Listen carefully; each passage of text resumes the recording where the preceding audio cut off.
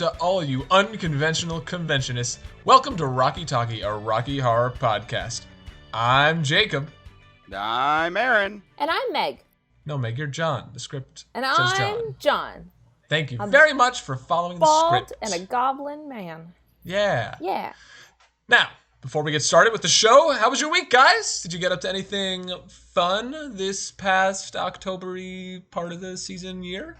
I think it would be easier just to say, what didn't we do at all that wasn't related to Rocky? Because, it's Halloween, right? Like, every single thing we've done for the last 2 weeks has been Rocky, Halloween! I don't know what the fuck you guys are talking about. I've had COVID for the last week. There are Christmas decorations up everywhere. Yeah. So.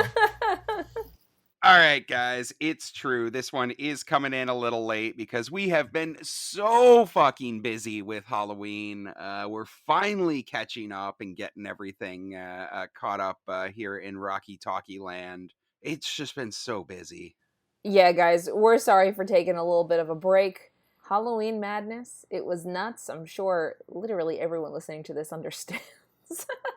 Yeah, Halloween was whack. My goodness, it was the first time in a while because, we've been, since the pandemic, I think a lot of casts, and our cast in particular, definitely have had fewer shows than regularly. We were used to doing, right, pre-pandemic, 8 shows a month, and now we were sort of down to 2. And for the Halloween week, we did freaking 7 or something. And it was the first time in a while that I was like, man, fuck all of this. I want to be home. I feel that one. It's around show 6 or 7 that you're just like, another one? It's like it's doing more than 2 on a regular week, not on a weekend. Makes my blood get a little hot, a little boily. It's true. Halloween was on a Monday this year, which meant that so much had to be backloaded into the week before, and it was just a lot. So yeah, I think that's what we're gonna do today, right, guys? We're gonna talk about how our Halloween went. We're gonna ask you guys out there some questions about how your Halloween went, and just do a nice little Halloween Rocky recap. Yeah, that sounds good. And then maybe our listeners can reach out and tell us about their Halloweens, because we'd love to hear how those went too. But ours first. Yeah, did you get sucked off in a bathroom wearing a sexy goblin costume, or did you cry into the toilet, in your sexy maid outfit? I want to know. Yes, Write to Jacob. All. Me. Yeah. Text me. 817-998.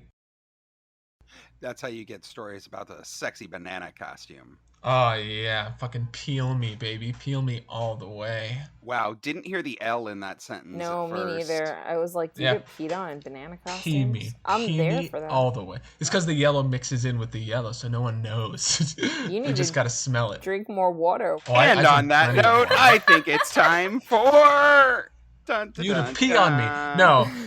Now it's time for us to talk about the show and do the show. Hooray. So, now that all that jibberty-jabberty, is out of the way, let's dive into our first segment. Meg, I believe you're going to take it away and tell us about the Players Club. Yeah, so our first show that we did this Halloween season was actually a show that we booked, I want to say, back in April or May.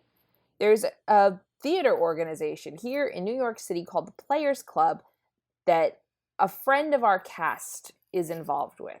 It's just the best friend of this girl who was on cast for a long time and isn't really involved anymore, but they're all still sort of affiliated, right? They're still in our sphere. And this guy, he's wonderful, his name is Justin, he's fantastic. He's a member of this club, and every year on Halloween, he talks to them and says, hey, what if we did the Rocky Horror Picture Show? And they're like, yeah, it was fun last year. So this is our second year doing the Players Club. He's invited us to come perform with them. It's a very old theatrical organization. It's very historical. Definitely a different place than our cast is used to performing in. But the people are very there for it. It's a lot of old school theater people who have been in the industry for a long time. And I think getting to watch us run around and be like derps is very amusing to them. So we do a lot of that.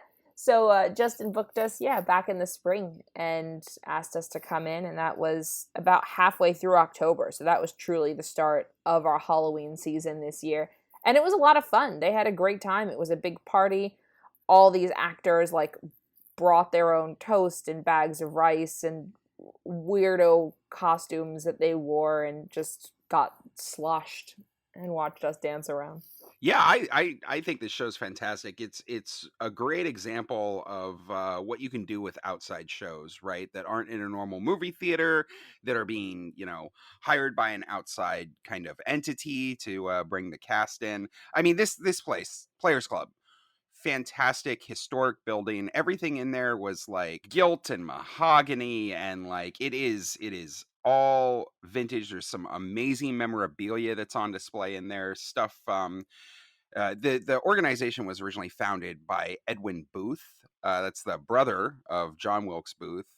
Famously, What did he do? He invented booths. Yeah, yeah. He's the guy that invented the booth.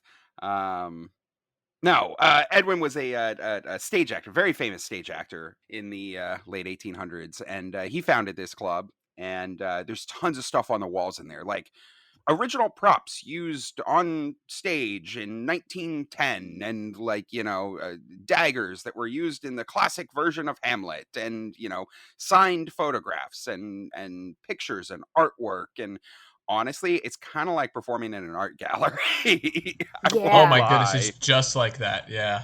There was outside of the like room we were using to dress in, which was just like a beautiful room with like 10 beautiful paintings or first person artifacts from some wicked time period.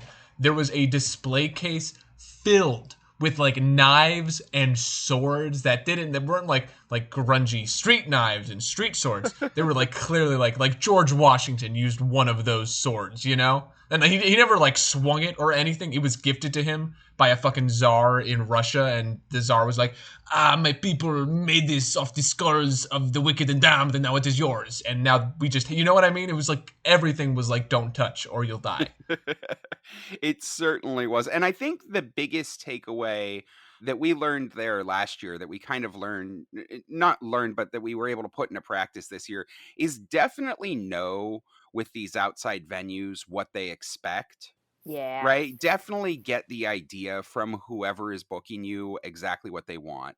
Because Justin, who was fantastic, made it very clear to us, right? These are older people. The average age there was probably over 50, easily. They have seen Rocky before, but probably not since the 80s. A lot of them have this boomer mentality. So don't go too crazy with all the callbacks screaming over top of each other. Understand that these people probably still want to hear some of the movie.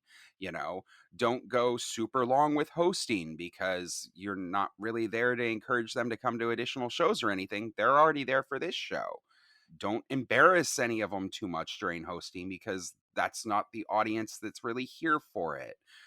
Make sure that, there's not any nudity on stage, because the venue doesn't want that. You really got to make sure with these outside bookings that you're treating it just like they would book any kind of performance that comes into their space, and you really want to hammer down what they expect. Yeah, and that's not to say that these people weren't like there for the show, or they weren't there to be silly with us. They absolutely were. But if our normal shows are a 9, let's say, they were expecting us to reel it into like a 6 or a 7, which is fine. Like that's totally okay. It was a much more straight show, which we did a lot less of, especially this Halloween season, because of all of the new and like different venues we did. So it was kind of refreshing to have one show that was like a bastion of normalcy almost. And a good way to kick off the whole season, right? Yeah. That's interesting, because my first instinct after performing there was definitely like they wanted us to go freaking wild. Because I got the sense that they were like this wasn't, we were like the weird street people who were like giving them a taste of that world they only got for 5 seconds when they were 13, and they lost their mommies and daddies in the mall and drifted into the, I don't know, what's that store that teenagers shop at. But I think that points to like, yeah, good idea to figure out what your audience is expecting of you, because that whole performance, I wasn't sure like whether I was supposed to be, touching the people, and being that level of weird, or like being very dignified and refined. Dignified and refined Rocky. Nothing, no expense spared there. Yeah, yeah, exactly. But yeah, I mean that show went really great, and it was a great way to kick off the Halloween season. Yeah. Then so that was on a Wednesday, which was a thing. So we have this show on a Wednesday evening. That Saturday we had one of our normal home theater shows, just a standard, I think it was like an 8 p.m. or something at a movie theater at Village East. And then we had an Our Wicked Lady show on a Monday. So lots of during the week shows for us. So our following show, yeah, I think we talked about it last time, was on a Monday, and we had all of those technical difficulties, right? Yeah, if you want a rundown of that one, go check out last week's episode. It's all about what to do when shit hits the fan, because that was definitely a venue where things went a little haywire. Yeah, But someone certainly pooped and threw it into an oscillating fan. So Yeah. But I mean, TLDR on that one. Yeah, we had some technical issues during the show. Movie cut out a bunch. We did our best with it. That was just kind of an effort in how you keep the energy up during a show when things are going wrong, how you keep the audience engaged, how you keep them in that party atmosphere while somebody is scrambling to try and get a movie restarted. It went pretty well. It went pretty well. But obviously, one of those things that is on our short list for like, okay, how do we make sure that never happens again? and I mean, we had a lot of that this year. That was certainly the first instance. It was not the last, which we will get to. And we'll talk about this more later, but I don't think it was a negative overall for us. Anyway, moving on. So this was about what, 2 weeks before Halloween, right? This Monday was 17th, right? So this is our run up to our Halloween season. And we were very lucky here in New York, because right around this Our Wicked Lady show was about the time that we had finally got all of our venues figured out and all of our ticketing links posted up, and like everything just sold out immediately. Every single one of our shows for the entire rest of Halloween was basically sold out 2 weeks ahead of time. By the time all this craziness started, almost everything was gone, and we were just fielding comments left and right in our social media and messages, and like people sliding into our DMs trying to get tickets for things, which was funny because we don't have control over most of our ticketing. Right. And the biggest takeaway that we kind of discovered this year around that is Instagram is far more valuable for reaching people, at least here in New York, than something like Facebook or Twitter is. In fact, so much more valuable that it's almost not worth the time for us to post on Facebook, given the amount of engagement it gets. Oh, yeah, 1,000,000%. I And feel like we could have not posted on Facebook at all, and our audiences would have stayed practically the same. And if you're the social media manager for your cast, absolutely go look into Facebook's business account. Get your cast account set up as a business account so that you can go look at the metrics, that you can cross post to Instagram and Facebook, so you can kind of do half as much work in maintaining those social presences, but also look at the metrics and figure out what's useful and what's not. We kind of changed up our advertising for Halloween. We ended up making short videos for all of our Instagram posts so that we could also post them in Facebook and Instagram feeds. We got a ton more engagement on that. It did require a bunch of, sitting around in After Effects and doing animated, kind of 3-second promos. But if you put the research and the effort into it, you can see really good returns on it, because boy, we saw absolutely fantastic responses to all of our social posts. And that's probably the big reason that all this stuff sold out so fast for us. So, okay, it's 2 weeks before Halloween. We had one really interesting show for a bunch of boomers, and we had one crazy rooftop show where everything went wrong. And then it was time for us to be in a completely new venue that we had never performed in before. Yeah, one of the fun things we did this season was we booked several new venues, and this was the first of them. It's a black box theater in Manhattan called Asylum. It's great. It's in Chelsea. It's kind of near where our old theater was, so familiar stomping grounds at least. But I don't think we've ever really performed in a black box space as a cast before. So that was really different. I got an opportunity to go in and tour the venue, which was nice beforehand. So I got to take pictures. But it really was just a black stage, right? There really wasn't a lot of space anywhere aside from just the stage in front of the audience. There wasn't really anywhere to hide. It was a little bit different, but I thought the show went very well. The nice thing about this space was that we had a lot of opportunity to be interactive. There were a lot of different seating sections, so our actors could kind of go in between the seats and sort of play with people here and there on the sidelines, which was fun. I was not at this Asylum show, so that is why I do not have comments for it, dear listeners. Though I know you wait in anticipation with bated breath, much like that moment in Rocky Horror right before Frank says patient or whatever the fuck he says, right? I'm sorry, I can't give you what you want right now. So, stop listening, skip forward a few minutes. If Meg's and Aaron's fucking droning is too much for you, and you're just sitting there thinking, oh my god, when I gotta fucking hear Jacob, I just want to fucking hear Jacob. Where are you? Just couple minutes up. I promise, babies, I'm coming. I promise. But yeah, Asylum was a great show. That was a great venue. I mean, they're a traditional theater venue, right? Yeah. So we got all of the kind of benefits of being in a traditional theater venue there.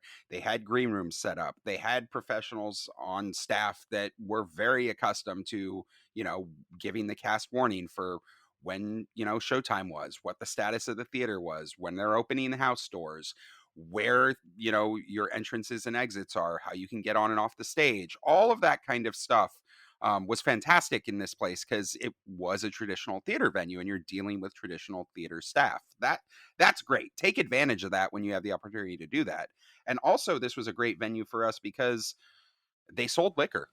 Yeah. Like we booked so many venues this year that were places that sold beer and liquor, and it both helped us in our negotiations with the venues for getting paid for what our cuts would be, right? Because they could rely on alcohol sales to bolster their part of it.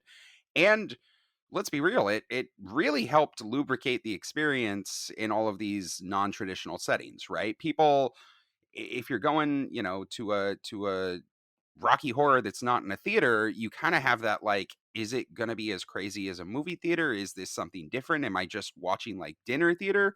Oh, I can get 3 drinks. It suddenly doesn't matter because I'm willing to scream out slut with the best of them. Right. So this venue was excellent. We did have, again, some minor technical difficulties. We had an issue where we had our movie on a hard drive, an external hard drive that wouldn't connect to the computer, and it kept disconnecting once we got it connected. So the movie kept freezing, of course, throughout Trixie Science Fiction Double Feature. We paused a couple of times. Our Trixie was a fucking champ and a pro and just an all-around wonderful guy. And did a great job of entertaining the audience by taking his clothes off and putting his clothes back on. This is little Greg. So he was wonderful, and he kept their attention, and we got it figured out by the time Trixie ended. So it was a little bit awkward for that scene, but nothing too bad. But again, I wish that there was a way we could have foreseen this happening or have done something to prevent it. But there really wasn't. It was just a problem with their computer reading the drive that we had. So once we got it sorted, it was great. Yeah, lesson learned. If any venue that you're going to asks you to bring a copy of the movie, on a hard drive or something, do it for them, hand it to them, and remind them they're gonna need to copy it to the computer that it's on. Don't try and play it off of the external drive because that is a surefire way to get it to freeze in the middle. So we learned that for next time. And I'm sure this will be valuable information again one day. Wasn't this week, but one day. So after Asylum, the following day, we took a break. And we went and we saw the Skivvies perform in Manhattan. They're a Rocky Horror kind of cover band, tribute band kind of situation. This was such a good show. We didn't have to perform at this one. This was just part of what we do with all the money that the cast makes over Halloween and throughout the rest of the year is we like to do all of these kind of cast outings that are Rocky Horror related. So if there's a version of the stage show playing, we try and make sure everybody gets an opportunity to go see that. In this case, you got to see these guys last year, and I think we even talked about on the podcast last year. And boy, I was excited to finally get to see them this year. Oh, it was great. I went by myself last year. I didn't have anybody to go with.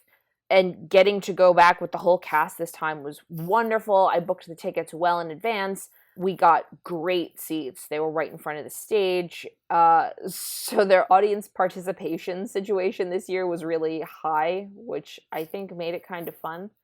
Such a strong show. All of their performers were fucking 10 out of 10 and so hot. Every single person was hot on that stage. It was really impressive. Yeah, their show is kind of a masterclass in how to do the closest thing you can do to a stage show and still stay on good legal grounds, right? And not violate any kind of problems with stage show licensing or film licensing or anything like that. They don't show the movie. They're not doing the stage show. They're doing the songs from the film, but every single one of them is done as a medley. In addition to that, they also rearrange some of the songs. These are the requirements that you need to hit in order to qualify as a different type of license so that you can just get the musical licenses to do a show like this and you're not running afoul of the film or the stage show licenses. Now, the thing they chose to reorder is they flipped Sweet Tea and Time Warp, which is funny because it actually gets it back to the original 1973 order where Frank comes in before Time Warp. But it was really funny to kind of be like, yes, you can do that, and that's the way that you can get this. And God, that's just the quality of performers they have on that stage. So they tour with this show, and it's very good. The band and the two main performers, Laura Molina and Nick Searley, they tour with this show. And when they're in New York and, for parts of their show that are on the East Coast, they make all the phone calls to all of their like Broadway acting friends who come out and do this. And it is incredible. These are powerhouses that have like toured with Broadway shows, that have been in Broadway shows, they've been on television. These are like, quality actors. And they just pour every bit of themselves into singing Rocky Horror songs. And God, it gives you that feeling like when you first see the stage show and you go, man, there is a whole different aspect to Rocky that I've never really thought of before. Yeah, that's really cool. I wish I could have gone. It sounds like it was a blast. It really was. And it's one of these things that like, I hope we get to do more of this, over the coming year. And it's just a great thing to expose the cast to, right? Especially some of the newer people who like, that really haven't waded into the deep end of the stage show and the history of Rocky and all of these kinds of things. To see these very pretty people, very talented people singing mashups of pop songs with Rocky in a way that is just so good, it really makes an impression. And I think it almost gives some of the new kids a little bit of perspective almost, right? We had a lot of brand new people on board right before our Halloween season. We brought them in like mid-September. So I think it's cool to be able to show them like, this isn't just a weird thing that like we do here and nobody else, like this is a thing that other people are doing too. Broadway people who are booking Joe's Pub, right? This show is going on tour. It's more than just the weird little thing that we do a lot around Halloween and also twice a month at our movie theater, Yeah. So, I mean, if you out there have the ability to get your cast to be able to go to some of these kind of functions that kind of open, and maybe it's not directly Rocky. Maybe it's, you're able to get everybody passes to go to a horror convention or something that the cast shares an interest in. That's fantastic. It's a great opportunity. And it's a great way to like really show what the work goes towards, right? Because we work all year and, oh, look, everybody gets a free $100 ticket to a show. It's great. Wow. Personally, I would have liked Ben and Jerry's, but whatever. You can come over and have Ben and Jerry's, buddy. We got Is the cast going to pay for my Ben and Jerry's? No, you got to Venmo me for the Ben and Jerry's. That's what I'm saying. You could have spent the cast money on opening a Ben and Jerry's franchise and then gotten unlimited ice cream. Oh, now you want a franchise? Now you're asking for a lot. I would have bought you a pan. Here's the thing, though. A franchise is a set amount of money, but once you have the franchise, they send you ice cream for free. You get unlimited ice cream. It's like a, never. It's like you pay $1 and then you get $2 back, and you can do that forever. I think that Jacob's method of running a business was learned when he set up a lemonade stand, and he just thought that the lemons were free. Well, here's what you do. You tell Ben and Jerry's that you're selling all of your ice cream. And they think, oh, wow, they must be making so much money. They're selling all of the ice. But you don't. You just eat it yourself. And Ben and Jerry's never knows, because what are they going to do? Send a Ben and Jerry's guy down, and he's going to look at the ice cream and be like, oh, you're just eating this. You're not. No, they don't know. They're never going to. Have you worked in higher business, Aaron? No one knows what anyone else is doing. Why would you defraud Mr. Ben and Mr. Jerry? They're very nice old men.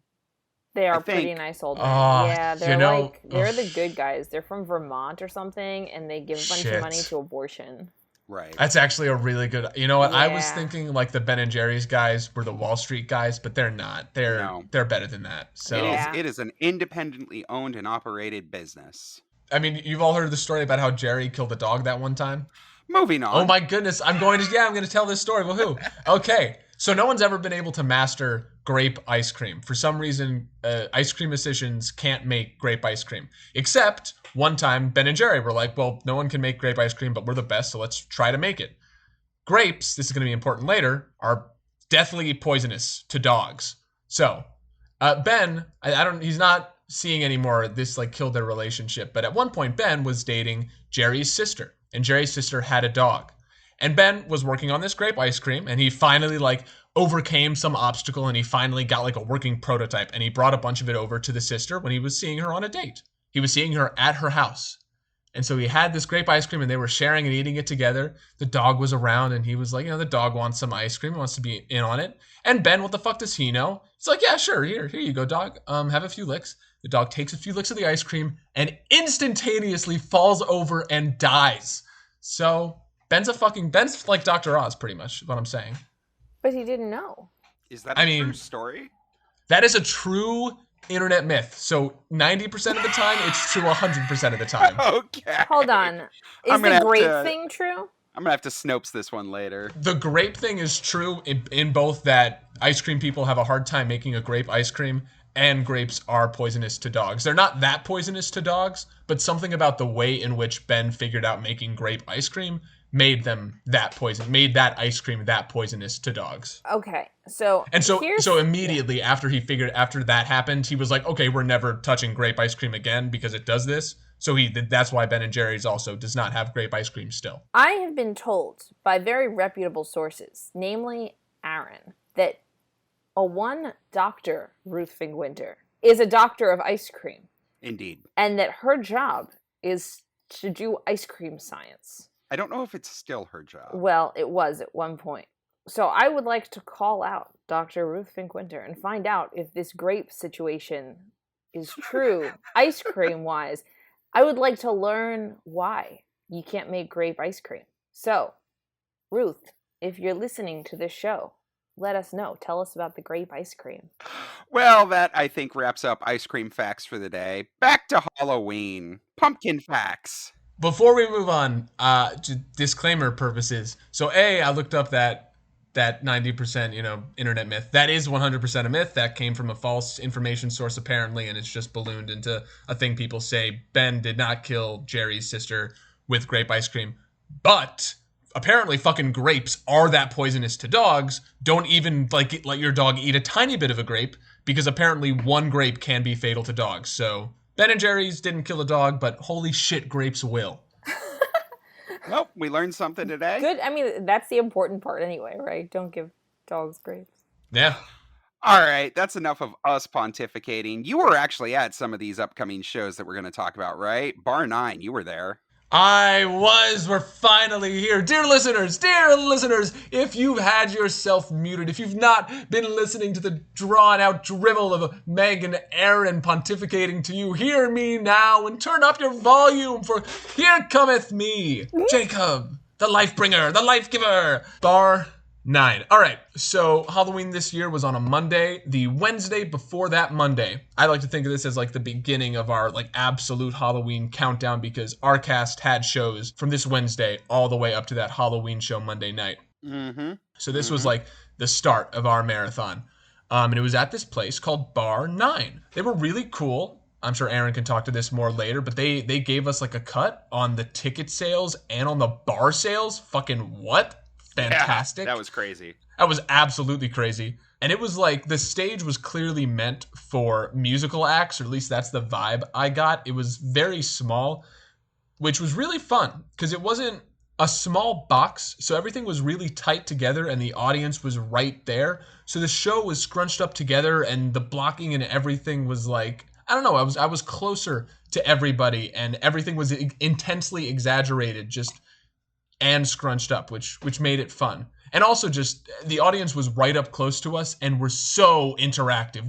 They sang every freaking song. They were like yelling at us the whole time, and all of them, without fault, every single one of them was a fucking 10. Was just bonkers gorgeous. It was the wildest thing. It was the hottest show I have ever been to. I was flabbergasted. And there was a pool, like a shooting pool table in our dressing room. It wasn't like it was like just the back of this bar that had a pool, but like still, pool in the dressing room is pretty cool to me. Oh man, yeah. So this actually, the origin for how we booked this goes back to 2 weeks before, and this was your doing, sweetie. Suppose that's technically true. So here's this origin story.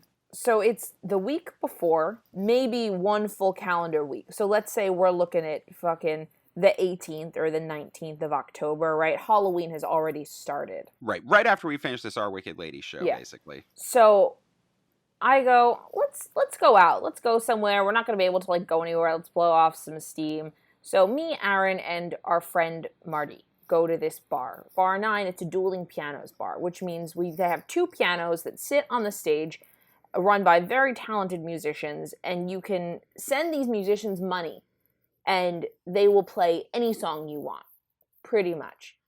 And they'll listen to a few notes of it, or they'll listen to the chorus, and they'll pick it up, and they'll be able to like yada yada their way through this song. It's very impressive. I always end up spending like a buttload of money when I go there because I'll just Venmo them like $10 and ask them to play the stupidest shit, but the whole night. You'd be blown away how many professional musicians are intimately familiar with the hit song Scotty Doesn't Know. Oh yeah, they've all Oh, learned it in my goodness. neighborhoods. It's great. They make a lot of money off of it too. Anyway, so the bar closes. It's closing time. The performer has stopped performing. The lights are on in the bar, and the bar owner is like smoking a cigarette, and everyone's gone. I'm perfectly sober. Aaron and Marty are shit-ass drunk in this bar smoking cigarettes with this bartender. And one of them brings up Rocky Horror and the fact that we're about to embark on this 12-day long Rocky bender. And the bar owner goes, "Oh, well, when do you have shows?" And they go, they're starting on Thursday, and then we're going all the way through till Monday. And the manager goes, "Well, what if we did a show here on Wednesday? We don't have a show on Wednesday. You want to do a show here on Wednesday?" So everybody kind of looks at me, and I go, "What kind of cut are we going to get? You know, what are we talking?" And he goes, "Oh, well, we give our performers, I think it was 10% of bar sales." And I said, "Okay, well, what about tickets? Like, what's the ticket split?" And he goes, "Oh, I mean, I guess you could sell tickets if you want to. We don't really sell tickets to this." And I say, I can sell tickets? And he goes, "Yeah, you could do whatever you fucking want." So that's the sound I make. That is so weird to me. I know. What if we set like a really really high price and 7 people show up and he gets fucked on the like that seems like a horrible business decision from his end, right? Like From what I gathered, he hadn't played through this scenario all the way through in his head to the point that was even a thought, right? The thought of like, oh, you're going to sell tickets was such a foreign thing to him. There was nothing beyond like, oh, I mean, I guess you could. And I mean, we'll see as this story unfolds that might actually come back and bite him a little bit. Right. So I go, okay, yeah, let's do it. It was 3:00 in the morning. It was a 3:00 in the morning decision that I later regretted because I was like, oh, I gave myself a whole other fucking show after I had just told the cast, like, we're done booking shows. But it worked well. I coordinated with this bar manager and these like bookers, and we sent them sort of like the graphics and the promotional material. We put up, I think, a block of 60 tickets that sold in maybe an hour and a half online Yeah. when we put them up. And Instantly then, sold out. yeah, it was immediate. It was very cool to watch happen because it was the first time that we were really in control of our own ticket sales. So I told the bar manager, and he goes, "Oh, we'll put more up for sale because you'll have no shows." And I was like, "Okay, sure, that makes sense." So I think we sold 100 tickets or something, and this wasn't a big bar. And then we had some door sales too, and we just kind of sold to anyone who wanted to come in after the first 100 were sold. But it wouldn't be a Halloween show if there weren't technical problems. This place was really great. The bar manager was very accommodating, helping us out. Unfortunately, due to the age of some technology and some issues, we ended up having to bring our own projector in. That was fine. We have one for the cast. That's a nice high-end projector you can get close to a screen. But we had to play the audio over Bluetooth, which of course resulted in not the best audio quality throughout the entire show. And it does the weird Bluetooth thing where it like kind of buffers, so it's a little late or a little early, or it jolts a little bit, which is very difficult for Shadowcast performers that take all of their cues from the audio. Yeah, but I mean, our performers were there for it. The number one thing I kept telling the performers, and it started this night, and I kept going through, I think every single night, was they're looking at you, they're not looking at the screen. They're not paying attention to whether you're out of sync with the movie, they're not looking at the actor's lips on the screen. They're watching you, they're watching your show. Do your thing. And that was true here, and it was true all the other nights too, and I will stand by that. Yeah, this was phenomenal. Harley came down from RKO to perform in this show with us. That was super awesome. Absolutely love getting to see Harley do Frank. And to top it all off, this was the first night that our editor Aaron from Tennessee was up here. God, that was so much fun. It was so Hi, great to Aaron! have him You're there. editing this right now, so I know you can hear me. Yeah, Aaron came up for our Halloween season, got to spend the weekend in New York, and this was the first Rocky show that he had ever seen. Yeah. So we'll definitely have to have him on one of the episodes coming up, can talk about what it's like to finally see Rocky for the first time after hearing us blather on about it for 60 some episodes. But big shout out to him. He was so much fun coming up here and partying with us. And yeah, this was a great show. This was super fun.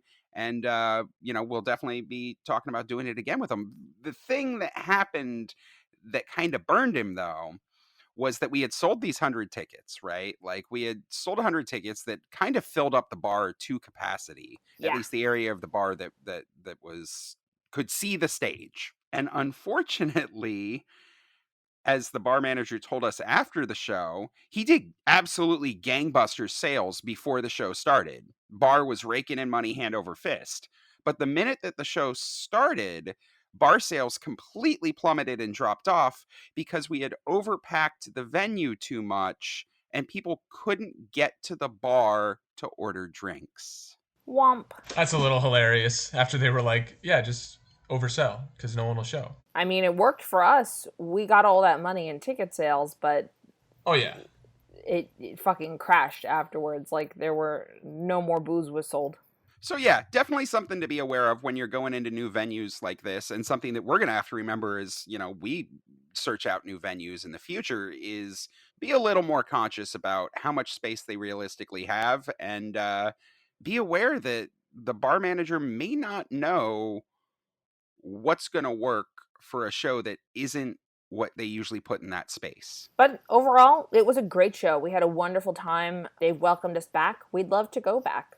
It would be fantastic to go back. That was, I don't know, in performing there, I think was my favorite like performance space, just because like there was a dog, like a stuffed dog, I guess you would call it, off to the right of the stage, and just a bunch of other like cute little knickknacks all around, and the space was again really tight, and the audience was super hot. Like, I just 10 out of 10. Everything about that place I really liked. Fun fact about that dog, it's not a dog, it's a coyote, and his name is Rocky. Yep. Oh my goodness! Yep. They have a taxidermy coyote named Rocky who oversaw the entire affair. How adorable, right? I wonder though if maybe they just tell every act who performs with them that that coyote is named after something in the realm of the act performing. Like if they had a band named Slayer performing, be like, "Oh yeah, that coyote. Yeah, his name is Slayer." Yeah. Love it. Oh, and that brings us into our crazy shows. So next up was the Hard Rock. Hard rock. Whoop de whoop. Okay. We have a rugged, troubled history with the Hard Rock Cafe in New York City, much like what two lovers may experience, as they struggle for power. Um, What? Months ago, long ago, we performed with the Hard Rock Cafe, and it was gangbusters. It was absolutely fantastic. Whole cast had a great time. The audience really enjoyed us. We really enjoyed them. One of the biggest stages I think we've performed on ever. And just like at least 20 TVs all throughout the audience, right? Performing to like a dining room of people. It was a great time. From what we understood, the Hard Rock people also thought it was a great time. But there was like a legal kerfuffle involving someone we had talked to and photos they had taken of us and Hard Rock using those photos. Something poor happened in communication, and Hard Rock was essentially like, hey, we like you guys, but there's a lot of weird legal shit, and we don't want to like accidentally step into anything, so we have to let you go. Well, months and months passed, and now we're here, and a change in leadership at Hard Rock HQ. There's a new like scheduling manager who's like scheduling acts or something who doesn't know about all that legal kerfuffle. And so we were invited back. We did 2 shows that Thursday, the day after the Bar 9 show, and they were absolutely fantastic. That's my intro to this. You guys go. Yeah, that's basically what happened. There was a changeover in booking managers, so we were able to go back. Everything was nice again. All the people that we worked with, we had gotten along really well with. It was a shame about this legal situation, but it didn't really have anything to do with our cast, which is nice. So they welcomed us back once they were able, and the shows went off without a hitch. Again, the audiences were great, not as packed as they were last time. I think they have a kind of a little bit of a situation where they let people reserve tables for free and then rely on food and beverage sales, which makes sense for the venue because then they're paying less for the rights of the movie. But it means that people will reserve tables sometimes and then not show because they're not out any money, right? They haven't like paid for the ticket. So that leads to a little bit of a patchy audience. But the people who were there were very, very there for it. They were in costume. They brought stuff to throw. They bought prop bags and things from us. And they were rowdy and they were engaged and they were fun to perform for. Yeah, and I mean, you can't say anything bad about the venue, right? I mean, this is the Hard Rock Cafe in the middle of Times Square. It's on 42nd Street. Like, this is one of the most professional venues that we've did for all of Halloween, and I mean, it really showed. They have dedicated green room space. They brought the cast full menus and said, what do you want? We're going to feed you during your 2 shows. They kept us plied with whatever drinks we wanted. They had multiple union tech people on staff to, handle lighting for us and handle running the movie and making sure that they were doing all this stuff. Still not without minor issues. They somehow managed to play the US version for the second show, so surprise, no superheroes. But like that was it. It went off without a hitch, and honestly, I think the only big takeaway for it is try and get them to ticket shows.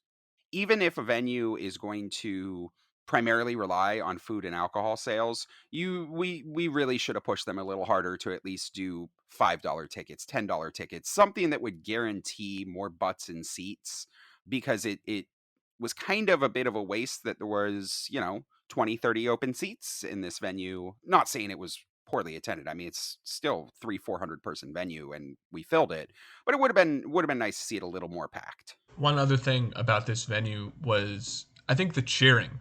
Like I didn't. We had two shows. I performed in the later one, and I got to the venue just as the first one was wrapping up, and I was in the green room when we finished, and the audience started applauding. And the green room is behind the main theater a little bit, and a little bit down a hallway, and the cheers were massive. I could hear screeching at the top of people's lungs for like 30 seconds to a minute. It was like the wildest applause that I feel like us as a show has gotten in certainly a very long time. It's a fantastic venue. What else can you ask for out of the middle of the heart of Manhattan? Yeah. And I gotta say, it's so funny that you had that moment and that moment was here, because I had that moment too later in the week, and I'll talk about it. But that's like a nice feeling, where you can just kind of take a pause and like appreciate the shit that's going on around you, And the food. Aaron glossed over it, but man, getting to just getting to order food and getting it for free, it was such a blessing. Like I really felt like I was a fucking diplomat. You know what I mean? It's like, yeah, just write down what you want on this paper and someone will come by and then you'll get a meal. My goodness, that was amazing. Man, the food really does it for you, huh? Okay, I know you guys can just, money is like irrelevant to you, but Jesus Christ, free food? Come on, that's gotta tickle a part of your brain, part of your monkey brains, where you're just like, yes, come on, right? I hear free food to that extent, that degree. It's like, this isn't like a piece of gum or a lollipop at the doctor's office. This is a fucking restaurant giving you as many meals as you want, right? You could have just ordered one. You could have ordered nothing, but you also could have ordered like 7 hot dogs. You know what I mean? Like, what? I think the difference is I was about to perform in my underwear, so it like hits different, 100%. I was about to perform my underwear, and so I had a full plate of nachos meant for a family of 5. But I see how our motivations are different. Oh man, well if you're here for the food, wait until we get to the City Winery, because you're gonna be sad you missed God. that. But, oh no, did they have food there too? Oh dude, no so spoilers. Good. We got to do the standard show first. I didn't have to perform, Jacob. God damn it! All right, so Hard Rock Cafe out of the way again. Fantastic venue, such a great time. And after that, we performed at the Standard, which is a hotel with 2 locations in Manhattan. We performed on the West Side location, which I don't know if both locations do this, but certainly on the West Side, this is something they regularly do. They have either movie nights or like performance nights. They have an outdoor sort of area mixed in with their restaurant/bar where they invite either groups or just films to be shown. And that night was the Rocky Horror Show, and we performed. And oh goodness. Okay, so this isn't super duper pleasant, but it's not reflective of the venue, and I want to be clear about that. This has nothing to do with the Standard. But what I remember most from that show is there was someone in the audience. I should preface this also with the movie had a lot of issues starting for whatever reason, nobody's fault. But there was a long period of time after There's a Light where the movie stopped and didn't start, and for about 30 minutes we just didn't know what was going on.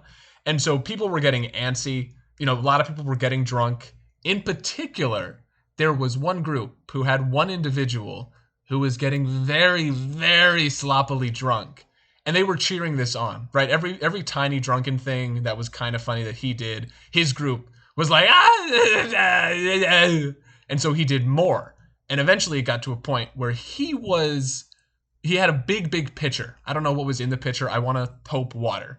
He had a big pitcher of water, and he would take a little drink of it and spit it back into the pitcher, and then drink more, and then spit it back into the pitcher, and then on and on and on. And his friends were just like cheering this on. And I don't know. That was something special, Yeah, man. That I was aware of this as it was happening. I didn't watch it for myself because I was trying to fix the movie, but people kept telling me I'm glad his group was entertained while the movie wasn't playing. That's all I have to say about that. So yeah, this was another in the technical conundrums for this Halloween season. A completely different flavor of problem. This one was interesting. So what happened here was they project the movie playing off of a Blu-ray player. Cool, sounds fine. We've got a copy of the Blu-ray. They went and got a copy of the Blu-ray. We didn't even have to bring anything with us. That was great. Apparently, they had just bought a brand new Blu-ray player and a brand new copy of the movie, and they had played the thing through twice the day before. No problems, perfectly fine. And then, like Jacob said, about 3/4 of the way through There's a Light, like right at Riff's entrance during There's a Light, Blu-ray player freezes. So, okay, that's fine. We'll just skip forward or back, restart the Blu-ray player or whatever, easy enough. Meg goes over and tries to help the tech guy who's running the things for tonight, which their in-house guy was just like a DJ. I had to go up to him beforehand and go, "Hey, are you the guy who's also going to push play once I finish hosting?" And he goes, I guess I am." So a bit of a okay, could have figured that out a little bit better, but like this seemed fine. No, he was scrambling to try and get this thing fixed. Blu-ray player would not skip past that point. Meg tries to go in and mess with it. It won't advance past There's a Light. We're like, what do we do? Where will it go to? It'll go to the middle of lab scene. Do we just skip the first 3/4 of the movie? No, we can't skip time warp. We can't skip Frank's entrance. That's like, we might as well just not be doing anything at that point. Fortunately, he had an extra laptop there, so we were able to log into Amazon and stream the damn movie off of Amazon Prime, off of one of our cast accounts. And he was able to quickly swap over the video feed to his laptop. But it took quite a while to sort all that crap out. And the venue kept selling liquor throughout the whole thing. So the audience was pretty well placated on that one. But man, you cannot predict some of these tech issues, Can I just say, as this is all going on, by the way, their projector is hooked up to the laptop, so everything that's happening is being mirrored to the audience. So all of my scrambling around trying to skip to the forward in the movie and back in the movie and trying to find somewhere to go and minimizing it and looking for something else and restarting the fucking DVD player, they're seeing everything, which was horrifying. It was like, I wouldn't be embarrassed to be in front of an audience in my underwear, obviously. But this is the closest equivalent that I can think of. That's interesting because while we were out there and we weren't sure what was happening, I saw like every now and then stuff on the screen would change and we could tell that you were messing around with it and trying to figure it out. And so I thought, oh, we're seeing what they're doing, right? We're seeing how they're trying to fix it. But also there was a lot of long space where we didn't see anything happen, and the screen was like frozen on one frame or black. And now that I know that everything was being mirrored, it makes me think, man, how long were they just like, oh well, we don't get it. We're giving up. I don't know. Don't know. You know what I mean? It was a lot of shuffling with that. It took long enough that right before we came back, so we were able to jump back to the start of Time Warp when we came back in. Yeah. But I was both hosting that evening and I was doing Crim.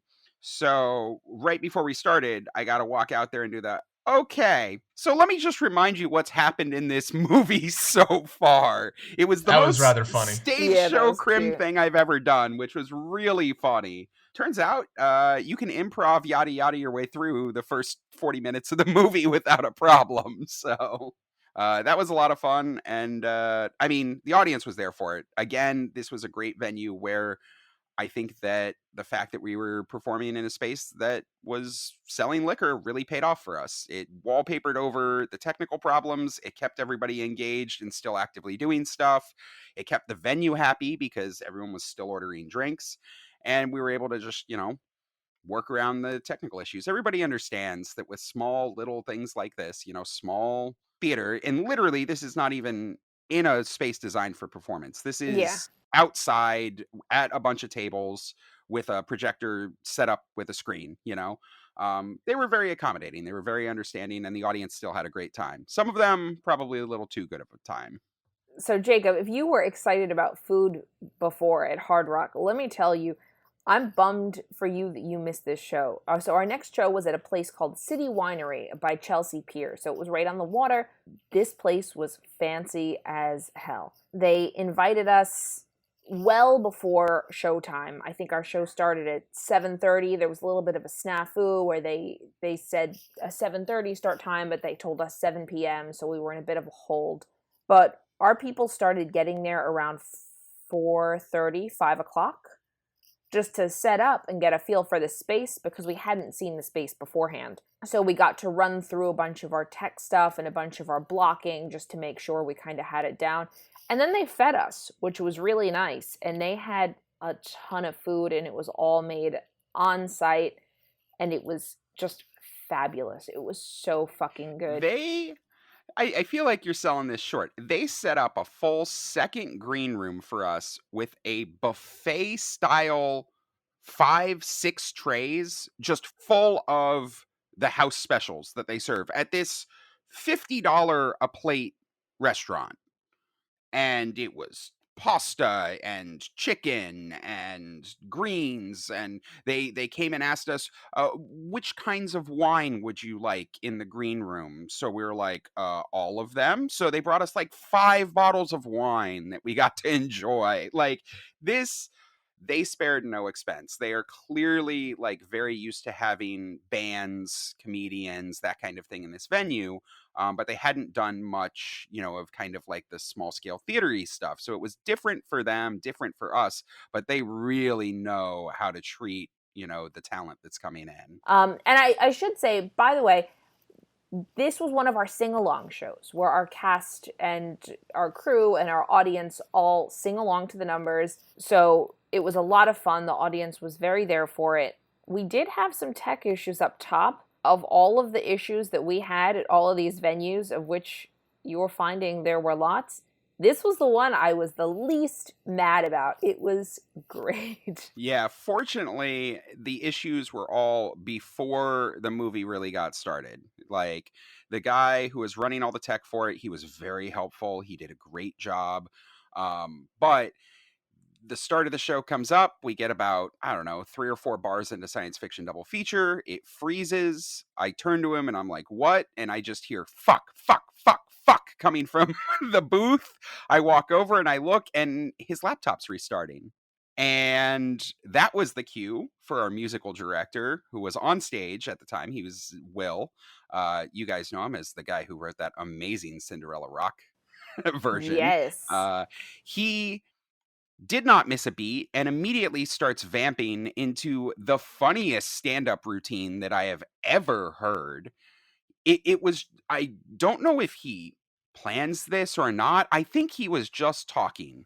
He just absolutely talking. He was talking about a fucking movie that he watched the night before. Right. He starts going off on this like, oh, anybody see scary movies? I like scary movies. I watched this movie. Let me tell you about this movie. But the knowledge that he has about this stuff is just so good and so funny that literally by the time it got fixed, I was just sitting there being like, do we wait for him to like finish the jokes here? Because like I feel like this is a great stand-up routine and I don't want to cut him off. It was hysterical, and he played the piano all the way through. He fucking like scored himself. Yeah, which was amazing. Oh god, that's fucking hot. Jesus.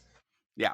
Because he would talk about, oh, I saw this movie and it has this music in it. It kind of goes like this and da-da-da-da. But I always thought they did it wrong. It should be in this minor key. Da-da-da-da-da. And the audience just loved it. I legit think that, like, not a single person walked out of there thinking, oh, there was technical issues at the beginning. Like, it just flowed so well and was covered for so elegantly that it was by far the best flowing of the shows that had technical issues. Yeah, easily. And the show itself, after we got that stuff up top sorted out, went really well. Yeah, our audience was great. Our cast loved the space. It was a really small stage, which we were expecting it to be small. We weren't expecting it to be quite as small as it was, because a lot of the stage was taken up by the projector. Again, something to note for next time, because I do think we will have a next time at that venue. We can work that out. We can take it into account. But by this point, if not in our Halloween season, but like in our cast's sort of renaissanced existence over the last year, the one thing we have gotten good at is performing in weird ass spaces. So this was one of the times. I think this City Winery show and the Standard the night before were our times to shine at that skill. You know, we really got to flex that muscle. And yeah, that was the Saturday before Halloween. And the Sunday before Halloween was another one of our sing along shows, this time at a venue that we had done previously. Yeah. This time at Caveat. It's placed down in the Village. They're a fantastic venue. They have an amazing technical setup. They have fantastic staff. And this one went off without a hitch. Yeah, I think this might have been the only show aside from Hard Rock that was just perfectly smooth, start to finish. Nothing bad to say. It was another sing along. The audience had a great time. It was a big party, and everything went great. It was a really good day before Halloween show. Yeah, the only big takeaway from that one, it was much easier to clean up when we didn't put streamers in the prop bags. So when you're working a venue where you got to clean up afterwards, maybe cut some of that stuff Yeah. out if you don't want to clean it up after. Nah, there wasn't a lot to say about this one. It was our performers were amazing. They sounded great. They looked great. The tech was really well done. Like Will even played Cinderella Rock beforehand. Yeah, that was so great. Got to hear that live, which was fantastic. It was a good show. It was a fantastic show. And then what Halloween. happened? Halloween. Oh, Halloween. All right. So this was at the movie theater that we perform at twice every month. But it was in their big, like classic movie house kind of thing. This is a 400-person theater. It's got 3 levels. It's got, a mezzanine, and it's beautiful space. There's a chandelier. Yeah. At the very top, much like it feels like a real, like a Broadway theater. I don't remember 100%, but if there is like art, like painted art right above the there's like a top. big fresco. Yeah, there's a big fresco up there. It is like that, except there is no room to perform in. There is maybe 2 feet in front of the screen. Like, and the worst part is it's not like a good cramped space. Earlier we were talking about the Bar 9 show, and it's like a tiny box. But the tiny space inside of our theater, inside of the big theater, it's like just a hallway. There's an entrance to the theater, and you walk down the entranceway, and it ends right at the screen, and then it splits into 2 so that people can get to their seats on either side. And that splitting into 2, that like ramp that splits into 2, that is all we have to perform in. It is like 2, maybe 3 feet across, is super duper cramped and not super duper long, but it's the only place in the whole theater that everyone can see you because it's such a massive theater and everyone is so high up. So yeah, it's really rough to perform in, but great to be around all those people. Yeah, and this show was exactly what you want out of a Halloween show. John and I opened it up hosting. The crowd was absolutely batshit crazy. They were screaming, they were yelling, I would say a good half were dressed up. They had all brought stuff, or they had bought stuff. We had made sure that we had gotten our merch out of storage for this show because it was Halloween. We're gonna sell as much stuff as we can. We unloaded a ton of T-shirts. Everybody was talking to us after the show, and it was fantastic. We also had a film crew there from the Rocky Horror Phenomenon. Those guys, Andres and his crew, came over from Australia to talk with a bunch of people, Sal and Lilius and all them in New York, and they decided to film our Halloween show. And I think we put on a great show for them. There were absolutely no technical problems during this one. Thank goodness. The audience was so engaged and so there for it. It's just phenomenal to hear the acoustics of a fully packed 400-person theater screaming out callbacks all in unison. This was my little moment that I had about halfway through the show. There wasn't much to do for me, right? Because once we're all kind of set up, everyone tends to be pretty self-sufficient during the show. So I'll kind of hang around backstage or in the dressing room, usually in case someone needs help with a costume change, or if someone needs help with yeah, anything, props, or, oh, help, can you fix my garter or something. But there wasn't space for this here. So I kind of felt like I was getting in the way a lot as people were trying to do their own quick changes and stuff. So I spent a lot of the show kind of loitering around outside, and sweetie, you came up to me and were like, go upstairs, go up and like stand in the mezzanine and like just take a look. So I went and I did, and it was so loud and they were all screaming callbacks. And as I went up, it was almost Eddie's turn. And Jacob played Eddie for our Halloween show, and you did a really good job. One of the things that we had gone over right before the show was you came up to me and you said, hey, can I start from the top of the balcony and run down the staircase, through the mezzanine, into the orchestra, and do Eddie that way? Like, so I guess you were engaging with the whole audience and they all saw you run down. Yeah, get through the whole theater on the Eddie rundown. My favorite part of Eddie is like, what is the most weirdest, best way I can enter as Eddie? Well, this is a weird, good way. And you timed it out and you did it perfectly. And so, yeah, why not, right? You might as well do it. So as I was up in the mezzanine, you were kind of standing up at the back of the balcony getting ready to run down. So I came up to where you were to watch you do your little sprint. So I stayed up there and you sprinted down and you got to the orchestra right on the beat, and it was like perfect. You landed it and you did the spin and you got the music, da da da da, woo! And the audience went bananas. Everyone was screaming, and because of where I was, it was like I heard it all, I guess, because the sound sort of rose up to me. And watching you do that spin and then hearing everyone just lose their minds was so good. And I got a little choked up, and I was like, oh, my ducky is out, getting screamed at by 400 people. And it was cool as fuck. Aw, thank so, you, like, Meg. Congrats. You did a really good Eddie. I don't think I've told you this yet. Yeah, thank you very much. And I was also wearing a helmet this night, Specialist of Nights. So we were all dressed up because it was actually Halloween night. So a lot of us brought costumes or were wearing some aspect of a costume during the performance. I was Eddie, so I needed a helmet, and I wore a pot on my head because for Halloween I was also a pothead, and that was what I took off and threw around after I did my spin. It was very funny. Which the inner screen accurate, I don't know, let's call him demon inside of me, is angry about it. But boy, that was clever, and it actually was really funny. So I approve of the pot. I approve of the pot. The pot is funny as shit. Thank you guys so much. That means so much coming from both of you, from like a year ago or however long ago, learning this in your basement in New Jersey to now where we are. It's been such a long road, and I am so proud of myself and feel so happy. Thank you guys. Well, good. You did good. You learned it nice, and you wore a pot, and it was funny. And I mean, I think that is actually kind of the biggest takeaway that we had from this whole season, right? The amount of people that we onboarded over the last year, right, coming back from the pandemic, who really got to show off during Halloween. Yeah. Right? We did, I mean, this is the last show that we did, for our Halloween season.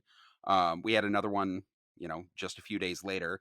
But we did 7 shows in 6 days for the main run of Halloween. Every single one of those shows had somebody on stage who had either never performed at all before or had never performed in the role that they were performing before. That's crazy. That's absolutely crazy that so many people stepped up, got their costumes together, did their rehearsals. For some of our sing-along shows, went and did vocal training and completely different blocking than what's on the movie, learned all of this stuff. And it is possible. You can take people who have never really done much Rocky or Shadowcasting and whip them into shape and get them on stage in time for these Halloween shows. And it worked phenomenally, and they all did an exceptional job. So proud of everybody. And, we had a lot of learnings that came from it. We have a lot of things that we will definitely be doing differently next year or in, over the year as we are going to be in more of these venues and stuff. But I am just blown away that it all happened, and it all went well. Yeah, everyone worked so hard. I feel like that was my biggest takeaway, was that I spent a long time booking this stuff, right? There was a lot of pre-production that went into this, and I got a little in my own head about it under the workload of juggling this and making all these bookings in conjunction with working my regular job and trying to make all of the shows that we were doing at the time go.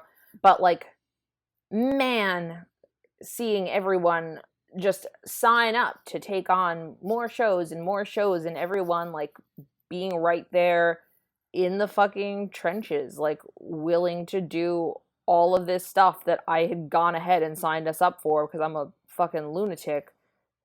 It was humbling, man. Like, everyone did a really, really good job. Nobody complained any more than like you would expect. I think I complained the most out I of think anybody you on did, cast. yeah. Like, And everyone was just really nice to each other and really good sports about everything. And even when shit went wrong, you know, like, you take it in stride. And it was great. It was really good to see that we're able to do that under pressure as a cast. You know, this is something I think about a lot. Just, and I've already mentioned this kind of earlier in this episode, but how much NYC RHPS has changed in the past year from what we used to be, going from same theater, same dates, same times, and freaking Halloween, man, just all over the place, all over the city. It makes me feel, it makes this whole cast feel so much more professional. And I wonder, I don't know. I think that's why we're all doing so great. Like what you just mentioned about how much everybody showed up. It's like there's more things for people to show up to, and the things that they get to show up to is so diversified, right? Doing a show with us is not just doing the same show at the same theater. It's going to a new place and getting to experience new people and a new venue and new lighting or sound or equipment or screens, you know? Every new thing we do is like a blessing, is a great gift. And I am so here for it. I'm having such a good time with this new Rocky Horror. And thank you so much, Meg, for making it happen, because 100% this is like 90% all you, or maybe 100% all you. I'm not in behind the scenes. I don't know. Aaron, put a fucking applause track and a laugh track and a fucking all the good tracks right here, because this is for fucking Meg. And Meg, good fucking job. You're amazing. Thank you for giving all of us this fantastic opportunity time and again. I'm having such an amazing time. Okay. that's the sound of Meg being a little too choked up. Aww. But yeah, I mean, this is the thing that, you know, not everyone out there has the ability to have 150, 200 different venues in their town that they can go to. Presenting Rocky as a completely different experience is very worthwhile. And I mean, Halloween, what better time to try it? Because if you do your promotion right, you will sell the tickets for Halloween. I think that we've seen that nationally across the landscape. Halloween has sold out very well for most casts this season, just based on what I've been seeing online, based on, you know, all of the promotional materials people were putting out. Almost everybody was selling out or having really good sold shows for Halloween. And I think that that's a great sign of what kind of the future of Rocky holds, you know, at least at the once a year Halloween level in some places, and the momentum that can be built on that in places for the rest of the year. I know that Halloween's always a big recruitment time for us. We certainly got applications from people who were in the audience this year. We certainly have sold out shows all the way up through December now, you know, that's kind of boggling. You know, we wouldn't sell those shows out as early in years previously. So there's a lot to be said for trying different things, trying new different things. And like, if something goes bad, you only got to do it once. You only got to sit through the one night of crazy technical problems to go, okay, maybe not ever again. But those nights where you find a Bar 9 or an Our Wicked Lady or a City Winery or Hard Rock where things go really well and you love the venue and you love the audience and you go, you know what, maybe this could be part of our regular repertoire. That's what it's all about, to like really kind of push the limits of your cast during Halloween. And I think that we did a lot of that this year. Yeah, we absolutely did.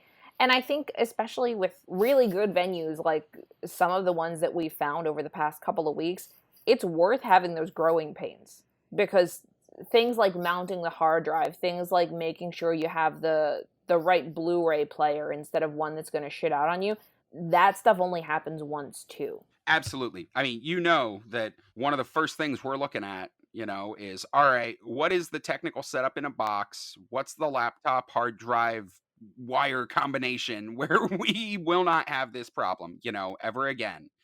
And I think that it's the kinds of problems that you never really thought about before the pandemic, right? Like, we never really traveled and did a ton of shows in weird places and had to worry about, this kind of stuff. So it's really fun to see that even 47 years in, the landscape is still completely changing, and I think that others have echoed this across the community. More people are doing things in bars and other small venues. More people are doing things in non-traditional theater spaces, places that aren't necessarily designed to have a stage show in them or a movie in them. And there's just going to be growing pains as those things come out. But I think that this Halloween has proven across the community that can be very successful, and that, people still really love Rocky. The audiences are still there. We performed for probably, I'd say, close to 2,500 people throughout Halloween. And based on the amount of people clamoring to get tickets, the amount of requests that we have, I think next year we could do twice as many. It's really, really bodes well for the future of Rocky, just seeing the amount of engagement that Halloween has had. It's horrifying to think about, but also kind of cool. Right? You want to do a 3,000 person show next year? I mean, yeah, not no, Fucking Shea Stadium, here we come. Hell yeah. I don't know about that, but we might be able to rent out the Ziegfeld. So that's where 40th was at, for those of you out there who aren't quite. How cool would that be? Right? I love that venue. That is a massive, massive movie theater. We would love to hear what some of your favorite Halloween shows were. Like, anyone who's listening, if you want to write in, if you want to tell us about your best show, your weirdest technical fuck up, a thing that you learned that you should do now moving forward as a cast, as a technical group, right? What are you keeping in your oh shit box? We didn't have an oh shit box before Halloween, and we have one now. So we're keeping lots of things in our oh shit box. We didn't even talk about that. What was something that you took away from this Halloween season, right? Really the first one back after the pandemic, truly. Yeah, send us a letter, record a bit for us if you're feeling so inclined. Otherwise, we're going to reach out to you and make you record something. We would love to hear from everybody out there in the community, because, I mean, we're so blessed here in New York that it's just like the perfect place for it. I want to hear your guys' horror stories or your success stories. Just how did Halloween go for you out there in the community? Did you just say that we're hashtag blessed? And that's our show. We would like to thank nobody this week. Actually, we really want to thank Aaron. Aaron came up for Halloween, had a blast with us. Thank you so much. We appreciate everything you do this week and every week. You're so cool. It was so much fun meeting you. Can I just say? Aaron, we look similar in age, so we could have been born at the same time, so we could be blood brothers. We could be blood brothers in another universe, Aaron. I love you! Thank you for the koozie and for the blanket. I've done a lot of things with that blanket, and I've had a lot of drinks with that koozie. So you're in my heart and in my lungs and in my spleen, because I'm drinking you. So Aww. Yeah. Wink, wink, nudge, nudge. I love you, buddy. Well, like we said, if anyone has a question they want us to answer in our Ask a Question segment, if anyone has a cool Halloween story to share with us, anything you want to air on this podcast, we will read out, or we'll invite you on to air it yourself. Just go to rockytalkiepodcast.com, share that shit with us. We can't wait to hear what you've got to say. And if you want even more Rocky Talkie content, you can check us out on Facebook, on YouTube, and on Instagram. And I think we still have an active TikTok, all at Rocky Talkie Podcast. Hell yeah. And next week, guys, tune in, because we're going to have a fantastic historical and deep dive Ask a Question segment with a special guest. So you won't want to miss that one. We haven't even invited him yet. We're going to do Hint, hint, it's my dad. It's Mr. Roger Gordon. Mr. Roger Gordon. All right. We'll talk to you next week. Bye-bye. Bye. It's not Jacob's dad. Bye. No, it's Mr. Roger Gordon.